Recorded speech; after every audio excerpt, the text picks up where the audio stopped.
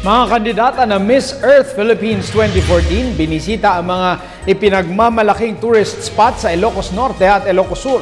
Tinutukan niya ni Mike Escobar ng PTV Ilocos.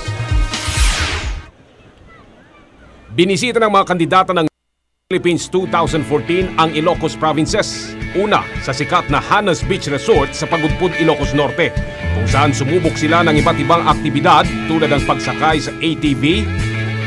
Sinubukan din nila ang target shooting sa bagong firing range at pagsakay sa banana boat at jet ski.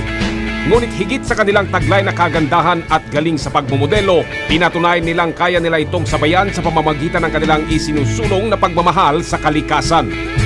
We are having a tour here in Ilocos, Pagudpud, Hanas Beach Resort, but we are still taking part in saving the environment kasi it's really nice, it's like a paradise, but some people don't care, they just throw their trashes wherever. And that's what we do, kaya kung makikita nyo may hawak-hawak pa akong basurahan, dito namumulot kami.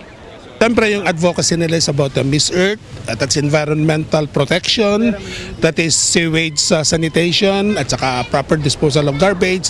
Siyempre, we are one with their objective na ma-promote ang ating protection of the environment. And yan din ang aming advocacy dito sa Hanas. Sa Ilocos Sur, nakibahagi ang mga kandidata sa Binatbatan Festival of the Arts ng siyudad ng Vigan. Pinasyala ng sikat na balon. Sumubok sila ng mga native Ilocano dishes sa street dining kasama pa mismo si Governor Ryan Singson. Binisita din nila ang Cabugao Beach Resort bilang advokasya sa pagpopromote sa iba't ibang tourist destination ng bansa. Swerteng-swerte yung probinsya ng Ilocos Sur dahil nakapunta yung mga candidates ng Miss Earth at sila ay pinopromote yung ating probinsya, hindi lang sa yung mga eco-tourism, makikita nila yung ganda ng probinsya natin ng Ilocos Sur. Inaasahan din ng mga opisyal dito ang malaking tulong ng mga kandidata sa pagpapaganda sa tsansa ng Vigan na makapasok sa New 7 Wonder Cities of the World. Nagpapasalamat ako dahil tinutulungan tayo i-kampanya yung Vigan City para manalo dun sa New 7 Wonder Cities of the World.